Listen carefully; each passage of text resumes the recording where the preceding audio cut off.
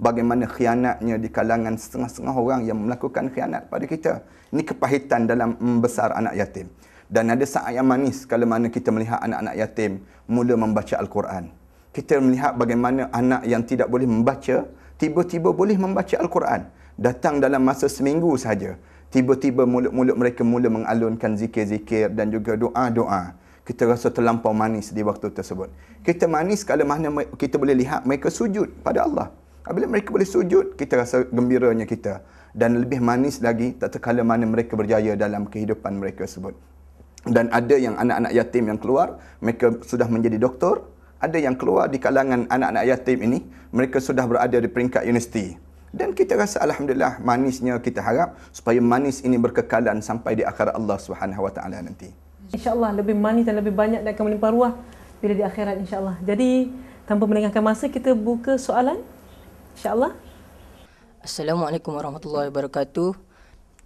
Apakah cara untuk kami berhubung dan mengeratkan hubungan dengan keluarga kandung? Kita tidak pernah memutuskan hubungan dengan kekeluargaan, keluarga kandung. Keluarga kandung ni kita minta supaya teruskan. Terutama bila waktu mana datangnya masa cuti sekolah, masa hari raya, masa-masa tertentu yang kita diajar supaya teruskan. Jangan waktu mana bila anak-anak yatim ini balik, maka mereka berada di hadapan TV semata-mata. Bahkan mereka diajar supaya ziarah menziarahi di antara satu sama lain. Itu merupakan satu cara bagaimana untuk kita terus berhubung dengan kekeluargaan tersebut. Yang pertama. Yang kedua, kadang-kadang kita membenarkan supaya ibu-ibu ataupun yang namakan dengan adik-beradik yang lain datang untuk datang ziarah. Dan yang ketiga, kita jadikan yang namakan dengan ikatan sesama kita ini, dengan kita jadikan rehlah-rehlah. Kita jadikan program-program tertentu dengan kekeluargaan yang kita namakan dengan Family Day. Assalamualaikum warahmatullahi wabarakatuh. Apakah yang perlu saya lakukan untuk menguatkan semangat saya apabila bergelar anak yatim? Adik-adik patutnya merasa gembira apabila adik-adik telah dipilih oleh Allah untuk menjadi anak yatim. Kerana Rasulullah sallallahu alaihi wasallam menyebut anak yatim ini merupakan adik-beradik dengan Rasulullah sallallahu alaihi wasallam. Apabila kita sudah menjadi adik-beradik dengan Rasulullah, tidakkah kita rasa gembira untuk kita berada dalam keadaan demikian? Yang pertama. Yang kedua, inilah saat yang kita boleh berbakti pada kedua ibu bapa kita dalam keadaan kita boleh berdoa untuk mereka sebut. Lalu kita boleh menunjukkan bukti kejayaan kita ini sendiri. Bagi kekuatan semangat yang ada pada diri kita, kita nampak bagaimana gembiranya kita untuk menjadi anak yatim ini. Yang ketiga, kita kena rasa bangga apabila kita jadi anak yatim kerana kita mempunyai adik-beradik yang ramai. Apabila kita mempunyai adik-beradik yang ramai, maka di waktu tersebut kita sudah menjadi satu ikatan komuniti yang besar di kalangan kita. Maka kita rasa yakin dengan doa yang disebut oleh Rasulullah sallallahu alaihi wasallam. Rasulullah kata, "Ana wa kafilul yatim kahatain." Rasulullah sebut, aku dengan orang yang menjaga anak yatim bagaikan jari ini dengan jari ini, katanya Rasulullah sallallahu alaihi wasallam. InsyaAllah Ustaz, sepatah dua kata.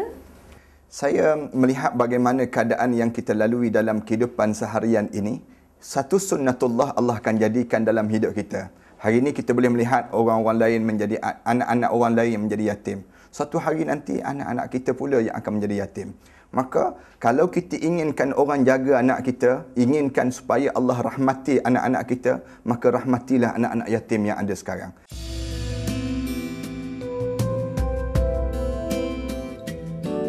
Apakah pengajaran yang dapat kita simpulkan? Semoga banyak amal yang boleh kita amalkan. Yang pertama, sesungguhnya anak yatim adalah satu anugerah istimewa daripada Allah Subhanahu Wa Taala untuk kita. Andainya ada mereka yang mengharapkan untuk menumpang kasih, maka berikanlah kasih kepada mereka. Bukan sahaja untuk menumpang kasih, malah tumpahkanlah kasih kepada mereka.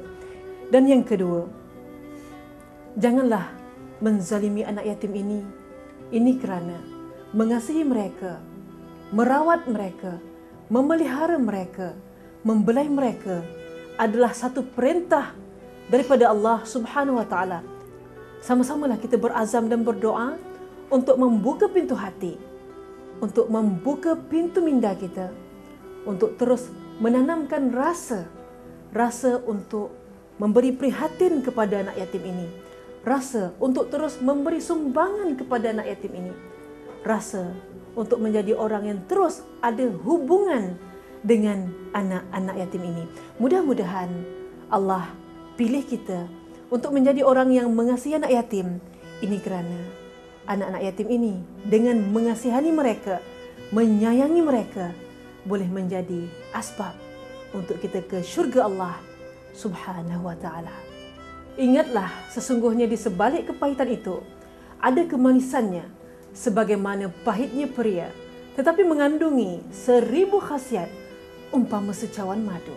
Setinggi penghargaan dan terima kasih kami ucapkan kepada Persatuan Kebajikan Anak Yatim dan Miskin Al-Munirah kerana sudi berkongsi pengalaman dan menjayakan topik pada kali ini. Mudah-mudahan kisah yang kami paparkan ini menimbulkan keinsafan kepada kita semua. Saya Asni Mansur, mohon mengundur diri buat seketika. Sekian, jumpa lagi dengan tajuk dan paparan yang lebih menarik dalam Sehiris Peria, Secawan Madu. Sekian, wabillahi taufiq wal hidayah. Wassalamualaikum warahmatullahi wabarakatuh. Ya Allah, sembuhkanlah mamiku ya Allah. Apalah dosa aku pada Tuhan hingga aku menerima semacam